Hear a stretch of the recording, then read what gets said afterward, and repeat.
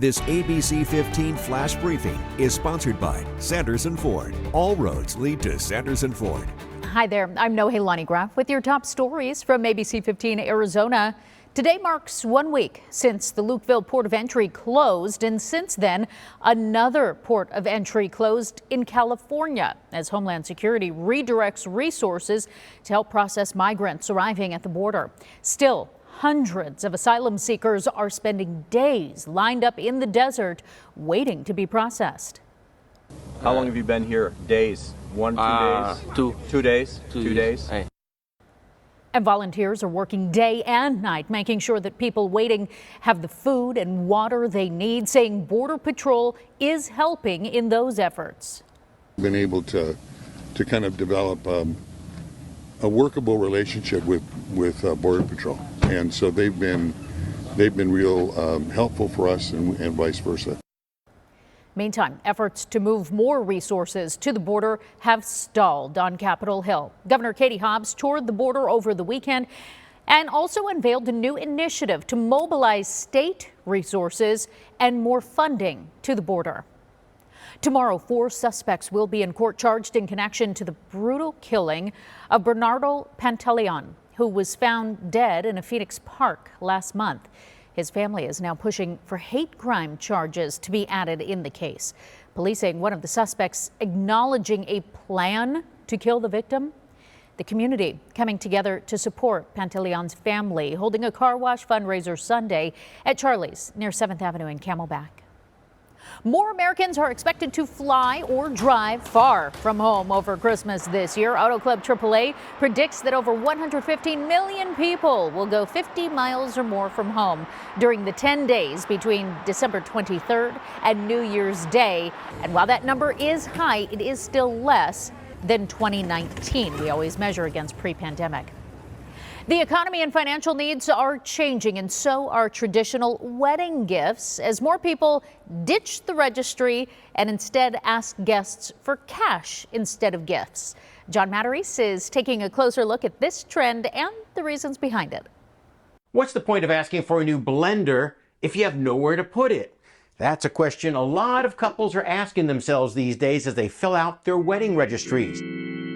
Invited to a wedding? You may want to bring a check instead of fine china. Zillow Home Loans and The Knot found couples registering for home down payment funds has increased 55% since 2018.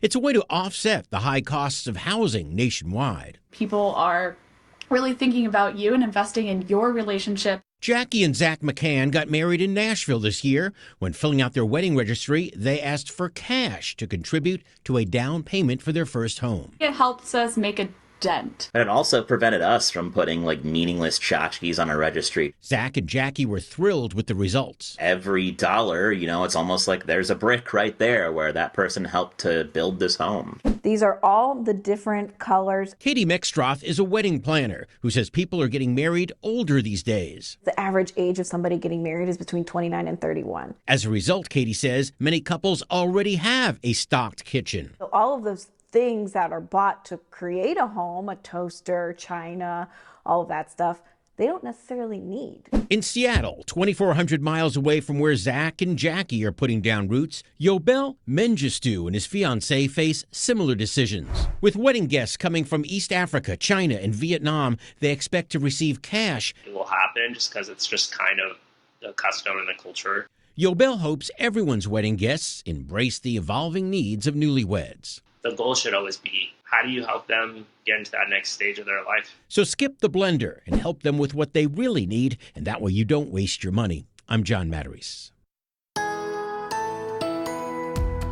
Time now for that most accurate forecast. I'm meteorologist Iris Hermosillo. Mild today as we see more cloud cover across our state, but it's going to stay dry. That temperature today a little warmer too than yesterday, and we're going to be running nearly 10 degrees above what's average for this time of year. Not as warm as last week, no 80s, but temperatures today in the mid 70s here in Phoenix, 60s to 70s in western Arizona, and in northern Arizona it's a combination of 50s and 60s with Flagstaff back up to 55 degrees today. Temperatures though do trend down a few degrees the next few days, bottoming out in the mid-40s by Wednesday in Flagstaff, low 60s in Sedona by then, and upper 40s in Show Low. You'll notice too by Wednesday we introduce that chance for showers, mainly along the eastern rim and into the White Mountains, spots like Show Low, but that chance for showers as the storm system moves in. Now for the valley, we're going to stay dry, but our temperature will drop towards Wednesday as that storm system starts to move in, with highs down to about 70 degrees Wednesday. Then we start to warm again, and next weekend brings highs in the upper 70s and a little bit more cloud cover too. Remember, you can always keep up with the latest headlines, weather, and traffic on our website, ABC15.com. We also have a free ABC15 app. Make it a great day.